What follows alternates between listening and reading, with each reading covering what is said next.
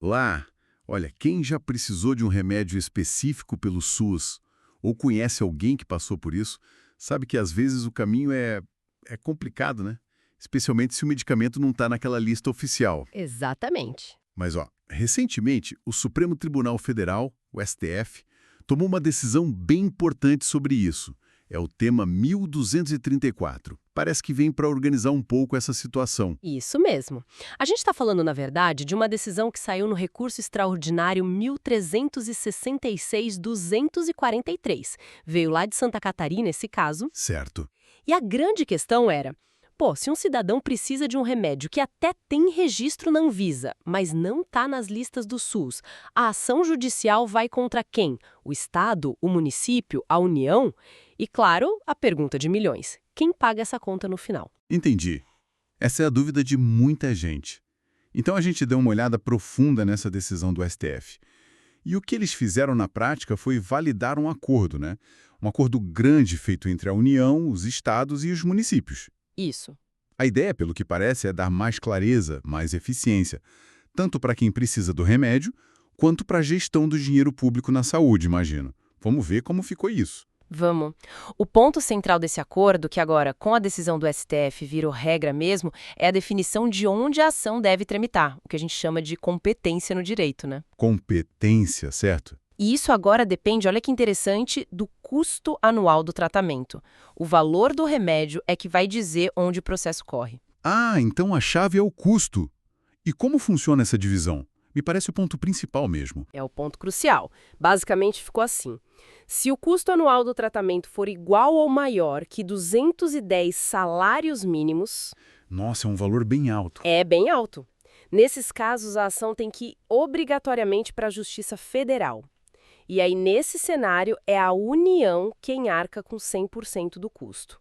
A lógica é concentrar esses casos de altíssimo custo direto na esfera federal. Entendi. Centraliza o impacto financeiro maior na União. Faz sentido. E para tratamentos que custam menos que isso, que não chegam nesses 210 salários mínimos. Aí a regra muda um pouco. Se o custo por ano ficar naquela faixa entre 7 e 210 salários mínimos, Certo, uma faixa intermediária. isso. Aí a ação continua na justiça estadual mesmo, como costumava ser mais comum, só que o financiamento é compartilhado. Ah, compartilhado como? A União foi obrigada a ressarcir 65% das despesas que os estados e municípios tiveram com aquele medicamento. Interessante. Um ressarcimento. É. E tem um detalhe importante: para medicamentos oncológicos contra o câncer, esse ressarcimento da União é maior, sobe para 80%. Acho que é um reconhecimento do peso desses tratamentos, né? Sim, sem dúvida. E, atenção, isso só vale para ações que começaram depois da publicação dessa decisão do STF, tá? Não muda as que já estavam rolando. Entendi. Importante esse marco temporal.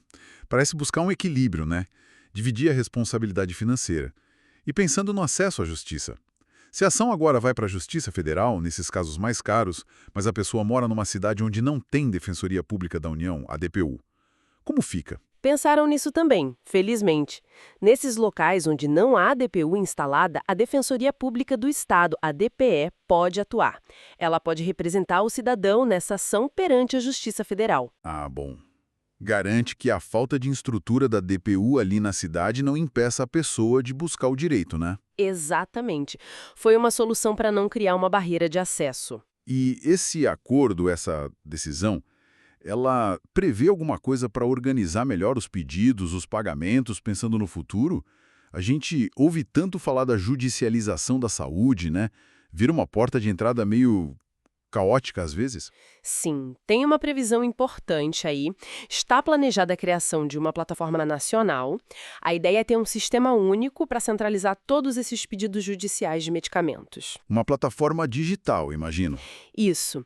Para registrar os pedidos, compartilhar dados com o judiciário, definir bem as responsabilidades de pagamento, quem compra, quem entrega, enfim, organizar o fluxo. Parece promissor. E enquanto essa plataforma não existe? Boa pergunta. Enquanto ela não vem, a decisão diz que o juiz, ao receber um caso desses, deve cobrar do poder público, seja União, Estado ou município, uma explicação formal sobre por que o medicamento não foi fornecido administrativamente, porque foi negado antes de chegar na justiça. Entendi. Tem que ter uma justificativa formal da negativa. E sobre o preço do medicamento comprado via justiça? Sempre tem aquela preocupação de pagar em valores muito altos, né? Como ficou isso? Tentaram amarrar isso também. A decisão é clara. O juiz tem que garantir a compra seja feita pelo menor valor possível. E como se define esse menor valor? Deram algumas referências. O preço base deve ser o valor que foi proposto lá para a Conitec. A Conitec, que avalia se o remédio entra ou não no SUS, certo? Exato. Ou então o valor de compras públicas que já foram feitas daquele mesmo remédio. E tem um teto máximo, que não pode ser ultrapassado de jeito nenhum, é o chamado Preço Máximo de Venda ao Governo, PMVG. PMVG. Ok. É um limite oficial para compras do governo. Então, assim, busca-se evitar preços abusivos nas compras judiciais. É uma tentativa de controle de gasto, bem clara. Faz todo sentido. Agora, e o papel do juiz? Ele pode simplesmente olhar a receita e mandar entregar qualquer remédio que o paciente pedir, mesmo que não esteja no SUS? Não é bem assim. A decisão reforça um ponto importante. O judiciário, ele analisa a legalidade da decisão administrativa. Ou seja, ele verifica se a recusa do gestor de saúde em fornecer o remédio seguiu as regras, se foi bem fundamentada. Certo, a legalidade. Mas o juiz não pode e não deve entrar no mérito técnico da decisão. Ele não vai dizer se o remédio A é clinicamente melhor que o remédio B, que já está disponível no SUS. Essa avaliação técnica científica continua sendo da área da saúde, da Conitec, dos gestores. Entendi, não é uma substituição da avaliação técnica. De forma alguma. E tem mais, quem entra com a ação, o paciente, tem o que a gente chama de ônus da prova. Ônus da prova. O que significa isso na prática? Significa que a pessoa precisa comprovar e com evidência científica robusta, tá? Não basta só a receita. Precisa mostrar que aquele remédio específico é realmente necessário para ela, que é seguro, que é eficaz para o caso dela e, muito importante, que não existe uma alternativa terapêutica disponível no próprio SUS para tratar a condição dela. Ou então a exigência para quem pede é alta. Precisa de prova científica forte. Sim. A ideia é que a decisão judicial seja bem fundamentada não só na necessidade individual, mas também na ciência. Então, para a gente amarrar aqui, o que muda mesmo na prática é que agora a gente tem critérios mais claros, mais objetivos, né? Baseados principalmente no custo anual do tratamento. Exato. Para definir onde pedir o remédio na justiça, se estadual ou federal, e como os custos vão ser divididos entre União, estados e municípios. A busca parece ser por padronizar e, quem sabe, até agilizar esses processos, né? É exatamente isso. É uma tentativa de encontrar um equilíbrio, equilibrar o direito à saúde do cidadão, o acesso a tratamentos que existem, que são registrados, mesmo que não estejam na lista oficial do SUS, com a necessidade de manter o sistema, o SUS, financeiramente sustentável. E também respeitar as decisões técnicas sobre quais tecnologias incorporar. O fato de o STF ter validado um acordo que foi construído pelos próprios governos, por unanimidade, dá uma força especial para essas novas regras. Mostra um consenso. Sem dúvida. A validação unânime do STF pesa bastante. Bom, essa nova estrutura parece organizar bem a porta de entrada para esses pedidos judiciais.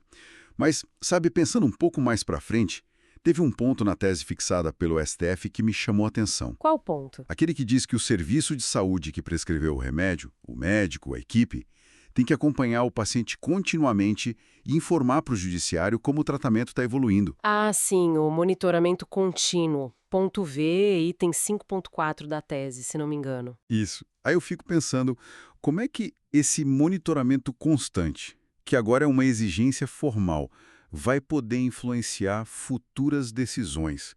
Tipo, a decisão de manter ou talvez ajustar esses tratamentos que foram conseguidos na justiça, principalmente quando aquela plataforma nacional que você mencionou estiver funcionando. Será que esses relatórios vão alimentar a plataforma e gerar revisões automáticas ou algo assim?